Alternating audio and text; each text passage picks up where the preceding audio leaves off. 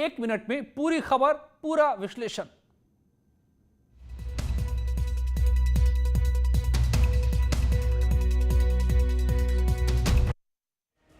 UP में ब्राह्मणों पर जमकर सियासत हो रही है। विपक्षी पार्टियां ब्राह्मणों को लुभाने के लिए नए नए दावे और वादे कर रही हैं। वहीं कांग्रेस की ओर से जितिन प्रसाद ने ब्राह्मण उत्पीड़न के मुद्दे को वो लगातार उठा रहे हैं। न्यूज 18 से एक्सक्लूसिव बातचीत में जितिन प्रसाद ने ब्राह्मण उत्पीड़न का मुद्दा उठाया। बिल्कुल सरासर गलत है कि कार्ड खेला जा रहा है, ना चुनाव के दृष्टिकोण से हो रहा है, ना वोट के, क्योंकि चुनाव भी बहुत दूर है। और मुख्य उद्देश्य ये है कि समाज का जो उत्पीड़न और अत्याचार हो रहा है इस शासन में, उस पर तुरंत रोक लगे। ब्राह्मण कार्ड खेलने के सवाल पर जितिन प्रसाद ने कहा कि वो ब्राह्मणों पर सियासत नहीं कर रहे हैं। कि आज जो समाज अपने आप को असहाय और अत्याचार और उत्पीड़न का शिकार बना हुआ है ब्रह्म समाज, तो विधायकों का कर्तव्य बनता है कि वो दलगत भावनाएं और जातिवाद से भी ऊपर उठ के ये बातें सदन में उठाएं, मांग रखें और तुरंत रोक लगे जो ब्राह्मणों के ऊपर अत्याचार हो रहा है। यूपी में कांग्रेस के ब्राह्मण चेहरा जितिन प्रसाद ने इससे पहले भी सभी विधायकों से विधानसभा में मुद्दा उठाने की बात की थी।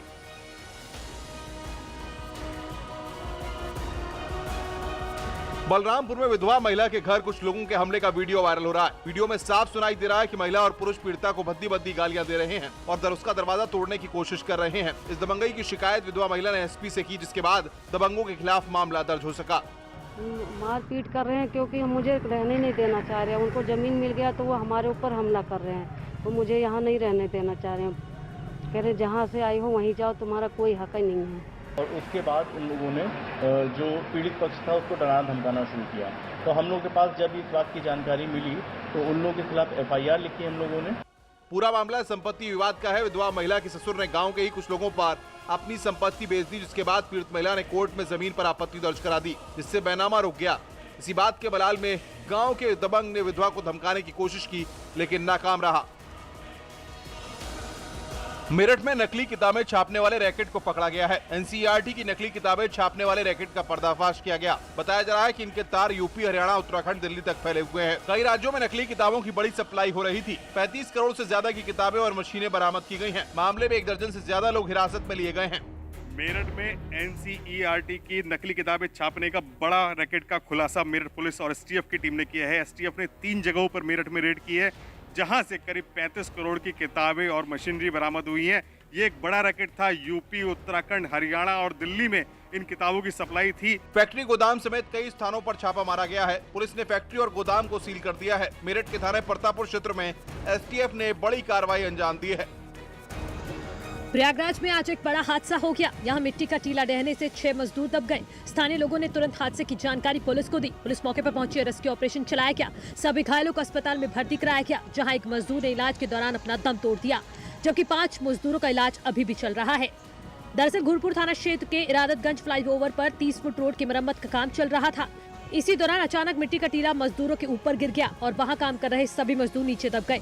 सबसे बड़ी बात यह है कि यहाँ पर ठेकेदार सभी मजदूरों से बिना किसी सुरक्षा उपकरणों के काम करा रहा था।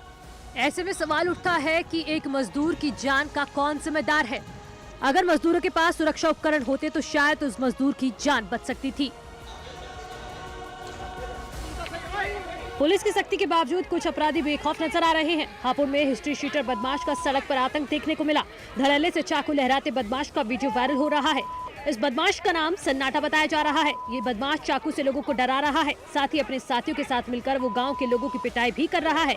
सन्नाटा नाम के इस हिस्ट्री शीटर पर कई आपराधिक मामले दर्ज हैं। ये वीडियो हापुड़ देहात थाना क्षेत्र का बताया जा रहा है। हालांकि न्यूज 18 इस वीडियो की पुष्टि नहीं करता। कानपुर में एक निकाह पर बवाल हो रहा है। बर्रा इलाके से 29 जून को लापता हुई शालिनी नाम की लड़की ने एक वीडियो जारी किया है, जिसमें शालिनी फैजल नाम के लड़के के साथ बैठकर वीडियो बना रही है, जिसमें वो कह रही है कि उसने धर्म परिवर्तन करके निकाह किया है। लड़की ने कोर्ट मैरिज करने की बात भी कही है। वहीं लड़की के भाई ने पुलिस पर लापरवाही के आरोप लगाए हैं। फैजनू ने फैजल पर अपहरण का आरोप लगाया है। शालिनी घर से 10 लाख रुपए लेकर 29 जून को निकली थी, जिसके बाद अपहरण का मामला दर्ज कराया गया था। इस वीडियो के आधार पर उसने धर्म परिवर्तन की बात कही है, तो इस वीडियो की हम जांच कराते हैं। बीजेपी ने इसे लव जिहाद का मामला बताया है।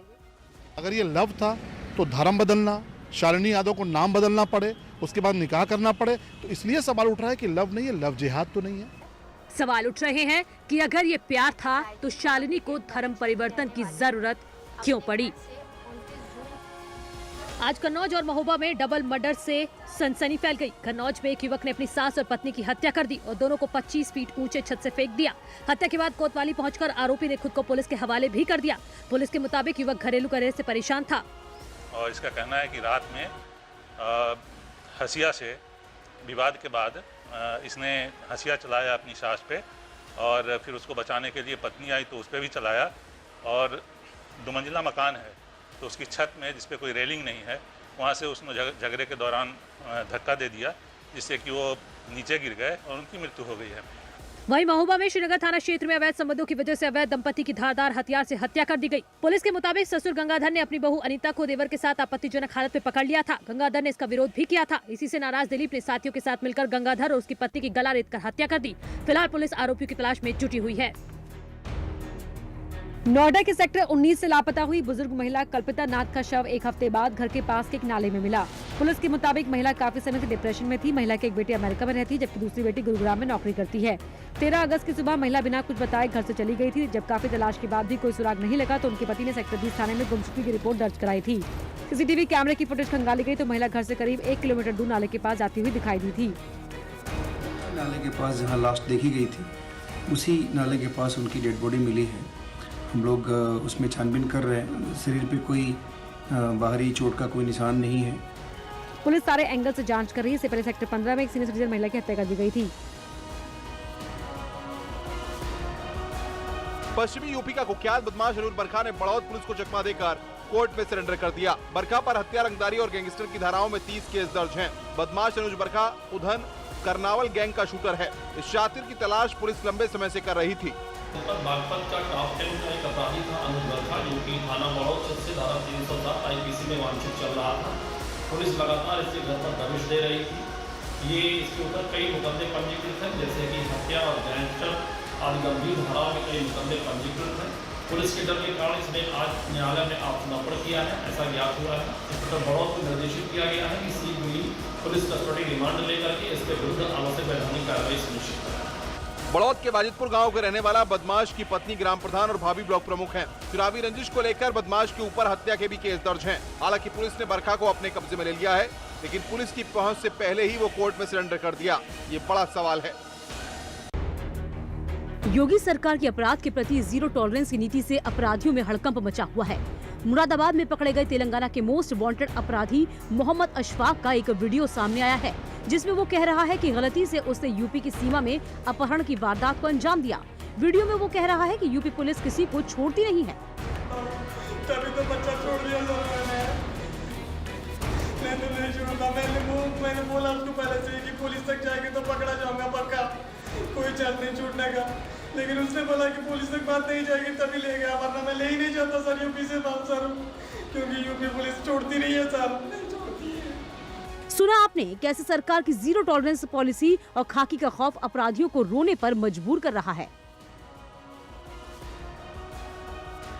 बागपत में खेखड़ा पुलिस ने 25,000 के इनामी गौ तस्कर को मुठभेड़ के बाद गिरफ्तार किया है। साथ ही भी पुलिस के हत्थे चढ़ गया। दोनों बदमाशों की निशानदेही पर एक तमंचा और एक बाइक बरामद की है। मौके पर पहुंचे एसपी बागपत ने भी तस्करों के बारे में छानबीन की तो पता चला कि गौकशी की घटना में आरोपी फरार चल रहा था। पुलिस के मुताबिक मुठभेड़ राठौल गांव के जंगल में चेकिंग के दौरान हुई। पुलिस को सूचना थी कि इनामी गौ तस्कर मेराजुद्दीन आने वाला है। जैसे ही पुलिस को सामने देखा भागने लगा, जिसके बाद पुलिस ने पैर में गोली मारकर उसको गिरफ्तार कर लिया। गौतम बुद्ध नगर में अथॉरिटी की बड़ी लापरवाही से बड़ा हादसा होने से टल गया। नोएडा सेक्टर 49 में खुले नाले में एक कार घुस गई। तस्वीरें आप देख सकते हैं। कार नाले में करीब 2/3 अंदर जा घुसी है। वो तो किस्मत उस चालक की रही जो बाल बाल बच गया। ये तस्वीरें सेक्टर 49 के मेन मार्केट की हैं, जहां नोएडा अथॉरिटी की भारी लापरवाही देखने को मिली। पिछले 2 दिन से लगातार बारिश हो रही है, जिसमें नोएडा प्रशासन के दावों की पोल खुलकर सामने आ रही है।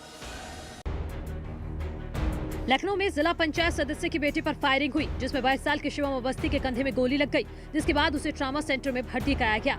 शिवम के पिता राकेश अवस्थी रायबरेली खीरों के जिला पंचायत सदस्य हैं। ये गोलीबारी पीजीआई इलाके के रविंद्र नगर तेलीबाग में हुई है। पीजीआई थाना क्षेत्रांतर्गत 23 वर्षीय युवक शिवम अवस्थी को गोली लगने की सूचना प्राप्त हुई है और मौके पर पीजीआई इंस्पेक्टर और एसीपी कैंट मौजूद है। बताई जा रही तरीके से आसपास पूछने पर नहीं पता चली है कैसे लगी है, वो उसकी तफ्तीश कर रहे हैं। और मजरूब को अस्पताल ले जाया गया, वो पूरी तरह भी खतरे से बाहर है और विधिक कार्रवाई इसमें बच गई। खुलेआम फायरिंग से पुलिस पर भी सवाल उठ रहे हैं। ललितपुर में नाबालिग के साथ गैंगरेप का मामला सामने आया है। आरोप है कि गांव के 2 लड़कों ने नाबालिग का अपहरण कर 3 महीने तक यौन शोषण किया, जिसके बाद वो प्रेग्नेंट हो गई। पीड़ित की मां ने एसपी से आरोपी के खिलाफ जल्द से जल्द कार्रवाई की मांग की है। लड़की की मां को डर है कि अगर कार्रवाई नहीं हुई तो उसकी बेटे की हत्या भी हो सकती है। एक महिला ने करीब थाना जाखौन के दी है कि उसकी बच्ची के साथ उन्हीं के गाँव के 2 लड़कों ने 3 माह पहले बिला फुसला के ले गए थे और दुष्कर्म किया था, जिससे उनकी बच्ची जो है वो प्रेग्नेंट हो गई है। तहरीर के आधार पर तत्काल एफआईआर दर्ज कर दी गई है। महिला के पति की मौत 10 साल पहले ही हो चुकी है और महिला मजदूरी कर घर का खर्च चला रही है। ऐसे महिला को अपनी बेटी की जान की फिक्र और भी सता रही है।